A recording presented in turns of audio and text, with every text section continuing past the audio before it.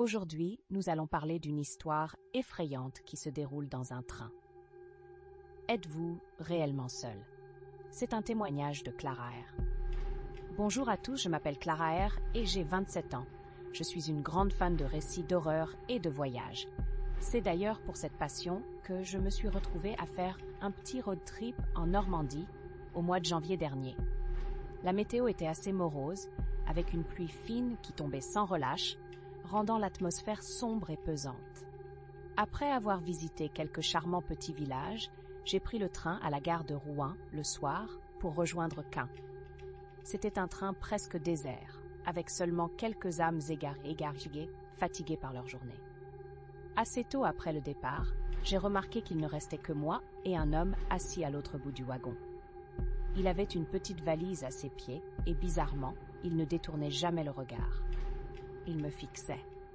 J'étais nerveuse, mais je me suis concentrée sur un livre que j'avais pris pour le voyage, espérant que le temps passe plus vite. Peu après, les lumières du train ont commencé à clignoter, puis une coupure de courant a plongé le wagon dans une obscurité presque complète.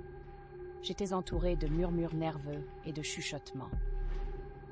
L'homme au fond se leva alors silencieusement et s'avança vers moi. La lumière revenait par intermittence, et à chaque éclair, je pouvais voir son visage plus clairement.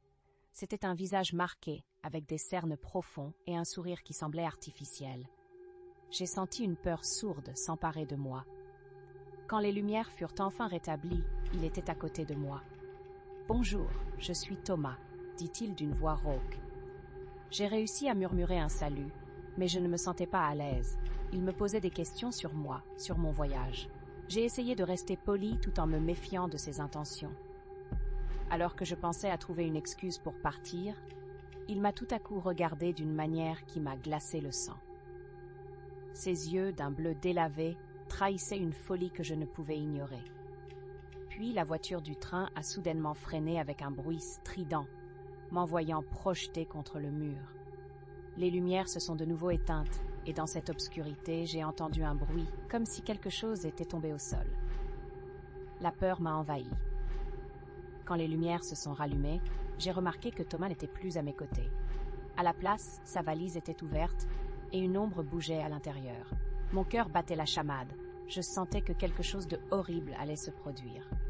Soudain, le train a fait un nouveau stop, et j'ai décidé que c'était ma chance.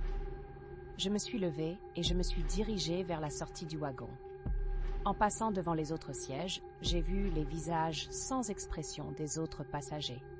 Ils ne réagissaient pas. C'était comme si le temps s'était figé. La panique m'a prise, mais j'ai continué à avancer. En atteignant la porte, j'ai enfin trouvé un conducteur qui semblait normal. J'ai frénétiquement expliqué la situation, mais il m'a regardé avec des yeux vides.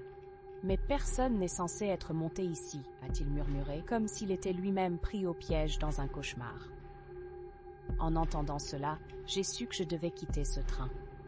Quand les portes ont enfin glissé pour s'ouvrir, je suis tombée sur le quai d'une gare déserte. Il pleuvait toujours. J'ai couru vers l'extérieur, essayant de laisser cette horreur derrière moi, mais je pouvais encore sentir ce regard pesant sur mon dos. J'ai réussi à m'éloigner et à chercher un taxi qui, par miracle, m'attendait là. Je ne suis jamais retournée en Normandie depuis, mais parfois, lorsque je prends le train, je me demande ce qui pourrait arriver si le trajet devenait une fois de plus un voyage vers l'angoisse.